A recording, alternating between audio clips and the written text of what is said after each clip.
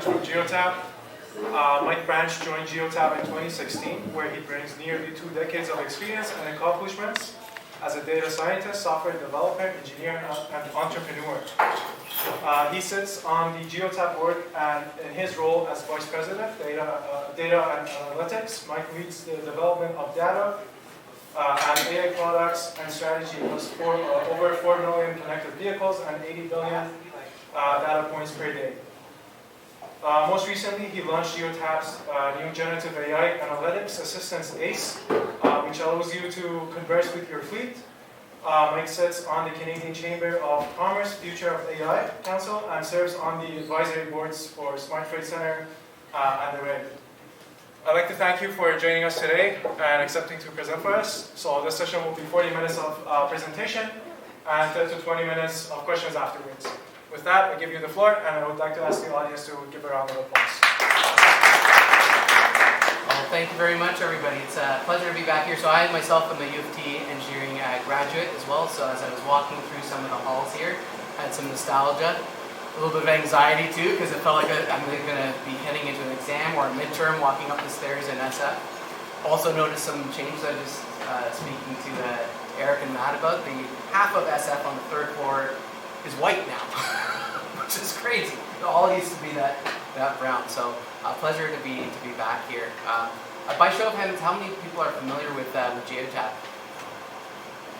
That's actually pretty good. I usually walk into rooms and that's not the case, but I thought I'd give you just a very quick background and then we'll dive into some of the things that we're doing right now from an AI perspective. So we've been around since 2000. The company is completely privately held. We're headquartered in Oakville, and we've got control of the entire ecosystem when it comes to the connected vehicle. So we're the connected vehicle transportation platform. We have an OBD device that plugs into vehicles, transmits data through cellular networks, and we've got connected over 4.6 million connected vehicles now. To give you some perspective, when I first joined the organization back in 2016, after my company was acquired, we were 200 people and connected 400,000 vehicles. And I still remember when there was a counter at the top and they said, we're gonna hit the million in a year. And it took us 16 years to hit 400,000. There's no way in a year we're gonna hit a million. And sure enough we did. So it's been I think a really interesting challenge to make sure that all the systems that we have scale really well to meet this need. It's easy to build for smaller fleets or even hundreds or thousands of vehicles. When you start hitting these numbers, it becomes a heck of a lot more challenge. So yeah, we're in many different countries, over 50,000 customers ranging from fleets like UPS and PepsiCo, all the way through to smaller mom and pop fleets, everything from Class 8 heavy-duty vehicles, believe it or not, all the way down to lawnmowers. We've got cities who want to see how their lawns have been taken care of across the city, so they just have our device on for track and trace. So lots of stuff going on. We're at just over 2,300 employees right now, 80 billion points per day coming into the ecosystem. So lots of data to manage. I thought I'd start off today with something a little bit more controversial. I'm going to say, many people think that AI is complex, and there's a lot of complexities in AI, certainly. However, I'm going to scratch that and say AI is simple, right? And by that I mean there's been no time in history where AI has been more democratized, more easy to use than today. And it's only going to get easier, right? And what that means for connected transportation is really interesting. So what I thought I'd start off with is a few samples of how it's evolving right now in the world that we know, and then also how that's connected to what we're doing in connected transportation. Just by show of hands, how many people use ChatGPT? Pretty large. There's maybe 1 or 2 people who haven't. Okay, it's a bit of a surprise. Most people have. In many audiences I present to, I usually see, of course, this is a more technically inclined audience, I usually see about 60-70%, which is quite high for technology that came in only a couple of years ago, right? Just to give you an idea, like back in 2019, when we look at the original kind of GPT-2, if you gave it this prompt, tell a funny story about a mischievous cat who causes trouble in the neighborhood, you get something like this. It's not very funny. It doesn't have a lot of depth or detail, but you can see it's kind of on its way. Fast forward to 2024 with GPT-01, which was released just a couple months ago, you get this, right? And this is only a snapshot. You get a more humorous story. It's a lot more detail, and you couple that with a nice picture as well. So from just from the perspective of language and what it's able to do with text is incredible. But you also, it's multimodal, as we all know, right? So you look at something like this. I gave a presentation back in 2022, and we have our electrical systems rating, which is what we use cranking voltage in the vehicle, and we determine whether we think the battery is going to fail or not based on that signal that comes in, and temperature and a whole bunch of other factors. So I said, hey, I'm doing a slideshow. Give me a vehicle that's broken down, right, as a result of an electrical systems issue. So it kind of cobbled it together a bit, to put a little lightning bolt there, but you can see there's mismatches in the imagery. And then fast forward to 2024, and you get this, right? So the level of detail is just, and this is 2 years difference, right? So we're seeing this acceleration curve like nowhere before. You talk about video. There's a great company, if you haven't checked them out, you should give them a check out. It's called Runway ML. And Runway ML, let me see here, they do a lot of work in the video processing side. Let me just click on this here. And so what they did here from a generative AI perspective, they took a few books here and they said, I'm going to do video-to-video translation. I'm going to take the video of these books and project it onto a cityscape. And so this was back in 2023, they did this. Fast forward only a year later, and this is the prompt that has been given here. An older man playing the piano, lit from the side. That man does not exist, right? The touch of his fingers on the keyboard, look at that detail. It's absolutely incredible what's happened even within the span of a couple of years. So generative AI is taking off, as we all know, but I would say it's been accelerated so much, and the implications for the world of transportation are actually quite profound. Here. So what I'm showing here is a picture of the Industrial Revolution, right? So 1760 to 1840. But I'll wager to bet that there was nobody in 1762 really said, hey, I think we're at the beginning of this Industrial Revolution. And I would wager to say, now we are at the start of this AI revolution, right? Because although it was coined back in the 1950s and a lot of excellent work done at this university, right, on AI, there's a few things that I think need to happen for a revolution to really come to play. That's a breakthrough innovation. And I would argue that that breakthrough innovation happened with ChatGPT a couple of years ago because we saw this mass adoption, huge economic disruption. There's a massive amount of public awareness and debate around this and a massive global impact. So that's why I would say, although this started in 1950, only a couple of years ago did it really have this revolution feel to it, and we're seeing acceleration across the board. So, it's creating new experiences for all of us, right? How many people have been in a self-driving car or a Waymo? I was in one in San Francisco in October. Mind absolutely blown. The experience from hailing the vehicle, unlocking the doors, getting into you sit in the vehicle, and the first thing it says to you, calm down, this may feel like a futuristic experience. And it did. It really did. You're in there, and specifically when you see the steering wheel move on its own. Of course, we see the same with Tesla right now, but it's creating new experiences for us. It's bringing us the future. And nowhere is that more real really than these connected vehicles. It's empowering people. So I'm not sure if any of you have seen this, but Hellman's, and there's a couple of different apps like this where you take the application, you point it at the contents of your fridge, and it tells you what to make with it. So not only is that good for people who have busy schedules and little kids, they don't know what to feed, but you think about it from the perspective of the visually impaired, what they can do with it right now. So it gives this sense of empowerment.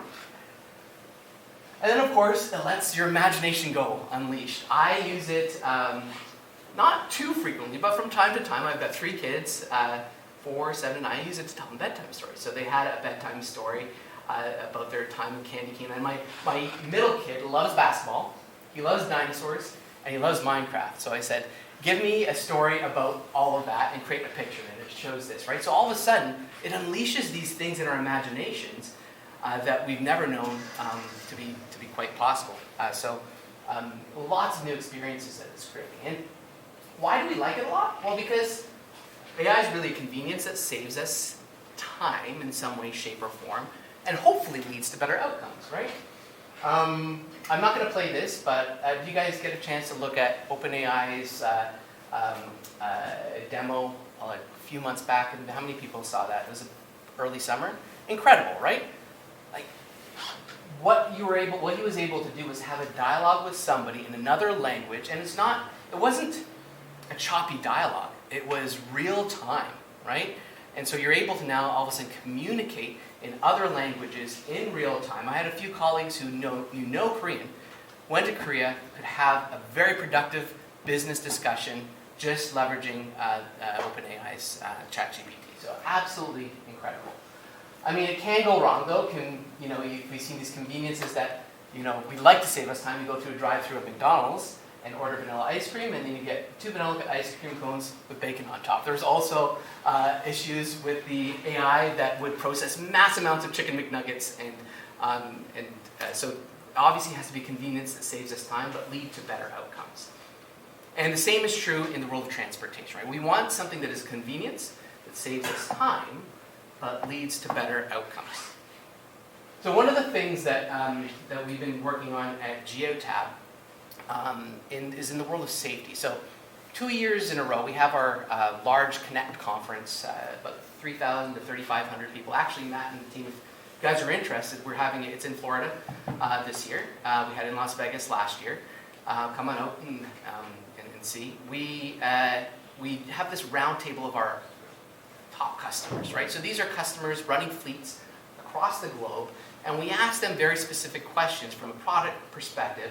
What are your top challenges? Where do you want Geotab to focus its attention? Because there's so many things. You think about the world of connected vehicles, there's so many areas that you can go into, from productivity to sustainability, EVs, maintenance, safety. 2 years running, safety was by far the number one. So we have spent a lot more time in the world of safety, and what we're trying to do is, again, reduce the number of collisions that our fleets have across the globe. And the old way of doing that was typically via some driver safety scorecard, where you'd have 30% harsh braking, 20% hard acceleration, X% speeding, harsh cornering. But the problem is, you're relying on fleet managers being able to figure out what those percentage weightings are, right? They don't really know. They have a hypothesis. Ultimately, what you're trying to do is reduce the number of collisions. So in order to do that, this is where AI can really, really shine. So we developed some predictive models that look at your probability of getting into a collision in the next 100,000 miles, right? And so what that now does is it allows you to look at your top most risky drivers and go from there. So it's a convenience that saves you time. You don't have to worry about all these weights anymore. Actually, I gave that talk back in October, and there was a fleet manager who managed a fleet of about 20 or 30,000 vehicles. And he said, "You mean I don't have to worry about weights anymore?" And the smile on his face, right? So there are people who are still doing this, leveraging Excel spreadsheets, having to weed through all this data. No, let us tell you exactly where you stand. Not only where you stand within a probability of getting into a collision, but where you stand versus others who drive similarly to you, right? So you can understand what the best potential is. And so we leverage AI for a lot of that in a few different ways, right? First, to determine whether or not there actually was a collision, right? There's a lot of misnomers when you look at the accelerometer in false positives on collisions. So we use AI to have a model for that. It gives us a model, and then we can figure out what are all the important factors that went into there. So, and it leads to better outcomes, right? So this is one that came up. Right? You found my knucklehead. We tested it with a few of our customers, and it was able to pinpoint a behavior that would lead to collisions. And we actually ran it historically for a few of our customers, and it was highlighting the top most risky drivers actually did get into collisions. So we decided we'd do an analysis from Q1 to Q2 of this year using the exact same cohort of vehicles running this model, and we found for the top 10% of the riskiest drivers, the ones that had the highest probability of being into collision, they were 106% more likely to get into a collision in Q2. So what we're doing with this model is it's not static, we're continuously changing it, evolving it in the attempt to reduce collisions further. We look at the ABCs of telematics, like harsh braking, hard acceleration, hard cornering, speeding, those kinds of things. But we're also bringing into a lot more context, right? Context of where the vehicle is, what the driving patterns look like, what the weather looks like, are they in congested traffic, and these things all make a difference, right? So what you're seeing here is we did Raleigh versus Atlanta for collision risk in the entire city. You can see a kind of weekend versus weekday. There's some not surprising things that pop in here, right? Atlanta has a higher risk. No real surprise there. You see an increased risk on weekday versus weekend. But one interesting thing is Atlanta had a higher risk on weekend evenings than on the weekday evenings. So all of these things, like in their own, they may not seem too surprising, but think about it. If you've got a fleet across, the entire U.S., you're a fleet manager, you can't distill all this information. You need AI to be able to help bring in all of this context and automatically put it into a model that gives you that highest probability. And speeding is not always a great risk indicator. So if we look at like a congestion index, whereby if you're going at the actual speed, which is kind of 1 here, right, versus stuck in traffic, you have a higher probability of collision in traffic, right, in congested traffic, or stop and go traffic, versus, if you're over here, it's a slightly elevated risk when you're going over the speed limit, but not nearly as much as if you're stuck in congested traffic. Similarly, the variety of vehicles on the road, if it's not homogeneous, that has a huge impact as well too. So what we're finding is that if you're driving with just a number of cars on the road, homogeneous, or a number of trucks, less apt to have a higher probability of collision than if you're driving with a multitude of different kinds of vehicles. And we're fortunate enough to have, while we don't have a global view of all vehicles on the road at all times, with 4.6 million connected vehicles, we have a really good idea of what's going on, specifically in a lot of the urban areas. It allows us to make some assumptions here. Of course, there's weather events that have a huge impact as well too, that are correlated to ITE risk. So this January, this past January, we looked at the bridge from New York to New Jersey, and there was a massive snowstorm. So you could see that this is an indicator of the probability of collision, which goes up with weather events. So our probability of collision risk score correlated very well with the weather event there. So all of these things are important as we think about risk.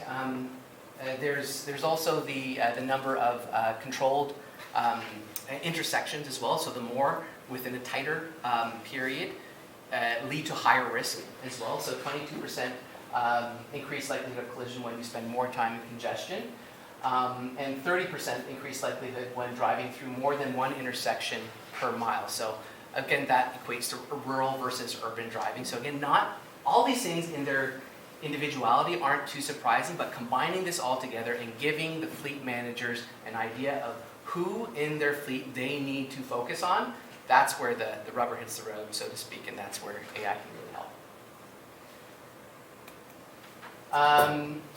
Another convenience that saves us time. So we launched earlier this year our Geotab ACE product for generative AI. Effectively what it does, it allows you to communicate with your fleet, right?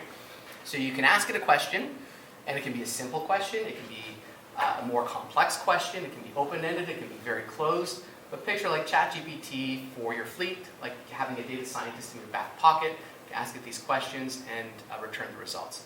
The problem that we face as an organization with 50,000 customers across the globe, running businesses and utilities and government, there's no global uniform dashboard that fits all of their needs. So we hypothesized that giving them an interface where they can ask these questions that are more specific to their business domain needs would have tremendous value. And if they can do that very, very quickly, it would provide the needed assistance that they require. Because a lot of these guys right now, what they'll do is they either won't look at the data, they have a report that gives them maybe half of what they need, they have to hire a data scientist or a data analyst to help them make sense of it, which can take sometimes going through procurement in weeks and weeks and weeks. So our goal is to shorten the time to insight. Now all of a sudden that fleet manager can go in, ask a question, and within seconds get the results that he or she may need. A couple of different examples here. So we don't get all good reviews, by the way. I should say there's of course some I'm showing you some of the good reviews that are there from the customers. We have about 300 customers using it right now. It's in early access, and it's been pretty interesting. So a couple of different examples. What are the top 10 vehicles that consume the most fuel in the last month in gallons? So it plots that out for you, converts things, because we have things in metric, converts to gallons pretty easily. Over the last month on weekdays, show me by day the average and max time spent at the Geotab HQ. So it has to understand what Geotab HQ is, right? So we have this My Geotab platform, which is our fleet management platform. You can create a whole bunch of different geofence zones, you can create groups, you can create rules. So what we've done is we made sure it can understand not only the vehicle data, but the context of the business, how they've set up their platform. So it understands Geotab HQ and it plots all of that. You did 23 hours that day. Right, I think it was somebody who might have spent who was left overnight. Or we have a very, very dedicated worker. But yeah, I saw that one too. And I usually get that same question. I saw it, and it would look like somebody was had left their vehicle overnight. How often so my vehicle's name is Roadrunner, so how often did Roadrunner visit Geotab HQ in June? I was away a bit, so 9, and I can ask it as a follow-up for how long each time, and so it gives you the length of time each time. Do any of my vehicles have battery problems? So that electrical systems rating that I talked to you guys about, looking at the predictive model we had, it highlights those issues. So 2023 Porsche Cayenne had electrical systems issues, so it allows us to kind of have a look at that. There's this little show SQL here. Why we find that's important is for anybody who's a little bit more technically inclined, they can see what it's doing behind the scenes, because that's an important thing as we think about responsible AI, just making sure that we're being transparent with our users about everything. How are EVs used in my fleet? Very open-ended question, right? So what it decided it would do is it would look at the usage of the vehicle according to the battery utilization, right? So it shows us the maximum % battery utilization, average miles driven on each charge. So it's assumed a few different things here, rightly or wrongly, but it's giving you a starting point, and you can follow up with questions as you go. Effectively what we're doing, right, is we're taking natural language, converting it to SQL in some way, shape, or form, and then producing it. But that is a challenging challenge. Anybody? Absolutely mind-blowing. You want to talk about the thing that I think has blown my mind the most of any AI capability is Notebook LM. It's by Google. So what I did is I fed it the results of all the different questions and answers that were asked by ACE, and it creates a podcast for you to listen. And it's funny, it's comical, right? So we use it at Geotab. We have this 300-page need to know that comes out every single month from all the different departments, and it's impossible to consume all of that data, let alone consume it in a way that's interesting. And so within seconds, you can literally get a podcast after you upload that data that allows you to distill all that information. So really, really incredible. Actually, let me see if I can play it a little bit. I'll just give you a sense of what it sounds like.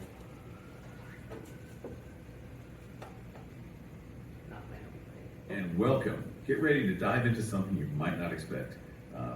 We're talking about the hidden world, the secrets, really, buried inside your fleet data. It's funny. Most people don't think of their vehicles as sources of information, but it's amazing what you can learn just from a little thing like where our truck is or how much gas it's using. Really valuable stuff. Yeah, it's like a gold mine, right? Everything. So we're cracking open this data vault today, and we're looking at some real user questions. Anyways, I won't play the whole thing, but you get the sense of it. And it feels like two humans speaking, right? So it allows you to digest information very, very quickly. So while we do a lot of work for individual fleets and customers across the globe, a few years ago we started off a new line of business called Geotab ITS. We actually just rebranded it to Altitude, so it's Altitude by Geotab. And we take all this data, privacy compliant, and we provide insights for transportation planners, for the private sector to better understand the movement of vehicles and fleets and goods within North America right now. We're looking at Europe and other jurisdictions, but it's all within North America right now. And this map is a map of, within the day, all of journeys that we have. So none of these interconnected data points are from anything other than the Geotab equipped vehicle. And the platform right now supports things like freight planning, parking plans, improving safety. So we introduced safety analytics and APIs in the last quarter there as well. We've got a traffic analysis analytics module. That was actually what was used. I was just talking to Eric earlier. As we all know, this lovely gardener coming into the city, constrained to 2 lanes, is not doing Toronto any justice. And if you've been watching any of the media news stories, I think there was a hockey team this past week or something like that had to get out of their bus to walk to Scotiabank Arena. So we did a story back in the springtime around, well, what does this mean for commercial fleet movement? Like, as a consumer, I can jump on the train, right? As a fleet, I can't bring my goods onto. I have to use these arteries within the city. And what is that actually? And when I think the frustration we as Torontonians had is that we can deal with a certain amount of delay, but when you see something that says 3 years for us to complete all of this work, that's when the frustrations build up. And so we did an analysis of some of the productivity losses throughout that time, leveraging the platform.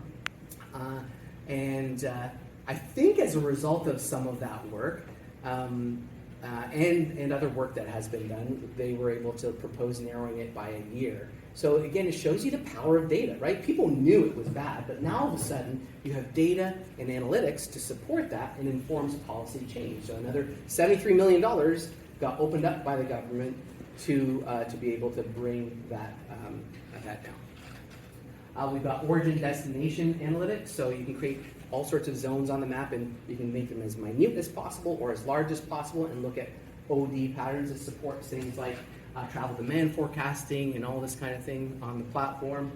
Route analytics, so what we do is we never identify individual journeys of customers, but we combine all the journeys into popular routes. We have an algorithm that looks at popular routes and between origin and destination and automatically provides you a whole whackload of metrics on that. Stop analytics is specifically useful for different use cases. We've found use for truck parking is a big issue in the United States. Right? You see truckers parked off the side of on-ramps instead of in designated trucking facilities. Understanding where that is a problem, they can leverage this tool to see, okay, well, where is it happening not within designated areas, and how can we now look at moving the needle? Regional domicile analytics gives us a great idea from an EV charging infrastructure perspective, right? So if I were to actually be able to look at charging a fleet, what is actually possible based on the routes of these fleets? Do they actually circle around and come back to a domicile at the end of the day?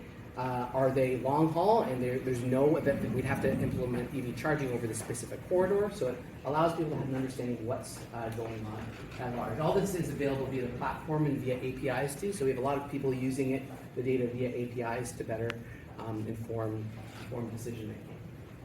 So I thought I'd end off with some of my kind of top 5 considerations when it comes to doing this all responsibly, because that is crucial, right? All the data showing you on the analytics platform on altitude, it's all privacy compliant. There's never any individual customer data that's ever shared. It's always insights, but data confidentiality, abuse, misuse, explainability, competence, capability, sustainability, those are my top 5 considerations. When I think about data confidentiality, customers, it's very important that we maintain that confidentiality for our customers across the board. And I see coming up now in requests for proposals a lot, how are you using generative AI? And there's all these misnomers about use of generative AI. And so there's 3 different scenarios I typically see happening. One, right, you've got your data as a fleet, right? You've got your prompt that you might be asking a question of. It goes to an inference engine to make a prediction, or you can get it, it can be actually trained. Your data can be used to train one of these large language models, right? So that's kind of scenario A. Scenario B, it can use your data to inference, but you don't necessarily need to have your data go into the model and get trained. And this is the use case that most people are concerned about, but they don't typically make that distinction. I've seen so many RFPs come up that say, you cannot use my data with generative AI. does that even mean with generative AI? And then how we design ACE is like this. So their data stays with them. It's their prompt that goes up to the generative AI, and we then get SQL back and we run it against their data. So while we designed for this, we think there are use cases that are a little bit more B-oriented, but this is how most people think it works. And then there's a lot of fear, right? People are feeling, oh, you can't use my data for this at all. And so I think that's where a lot of education needs to come in, because without this education, people won't be able to accelerate the things that they want to do to achieve some really, really great outcomes. But you don't want people thinking that it's being trained on their data if it's not. Abuse and misuse, right? Which driver should I fire? It can't answer that question, right?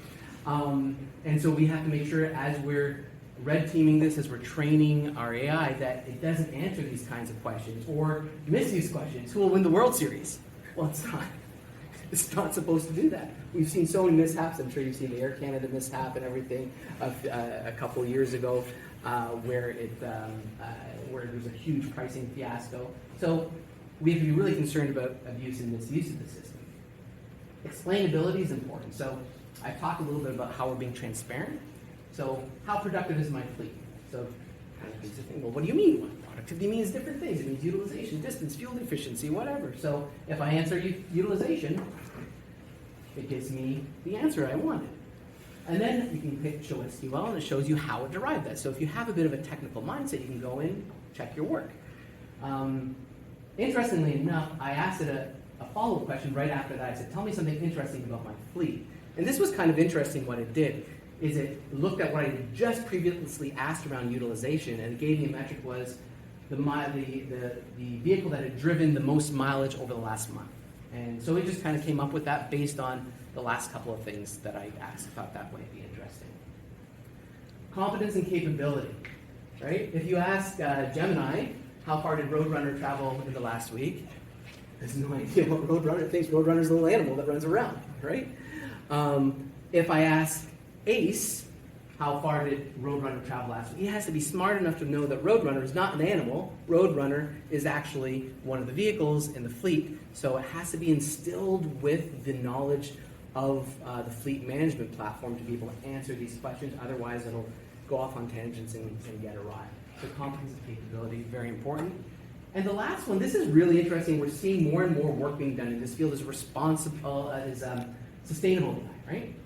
By 2029, it's estimated that 1.5% of the world's power consumption will be from AI. So what are some of the things that we can do, right? So I imagine there'll be something like this popping up. We're already starting to see it come up a little bit. Emissions reporting, like we would have for taking flights, you'll probably have for different pieces of software that you might want to use, right? So if you're looking at sustainability reports, well, how sustainable is the AI that you're using? Are you constantly going out to this massive model when you don't need to and wasting a whole bunch of energy as a result of doing so? This is where multi-models come to play, right? So you have to look at a strategy of using OpenAI or Gemini, or not even using a model sometimes. And in fact, what we're doing with our ACE product is we found that there are a common thread of questions that people are asking consistently, but we can just go straight to the data. And for the more complex ones, we use generative AI. Small language models are becoming a thing too, right? So small language models that fit on your device don't require a lot of power consumption and can fit sometimes 90% of the use cases. So use it for those and don't go out to the big guys. So lots of really interesting stuff, I think, happening from a sustainable AI perspective. And these have huge implications on the world of transportation as well, because as we're developing more and more models to help us figure out how to drive down collisions, how to drive down carbon emissions, we need to make sure we're doing it in a responsible way as well. And with all of that, this is I ask you to remember that, yes, AI, there's these complexities, but it can also be simple, and it's never been simpler to use than today. I think I've hit time. Thank you so much.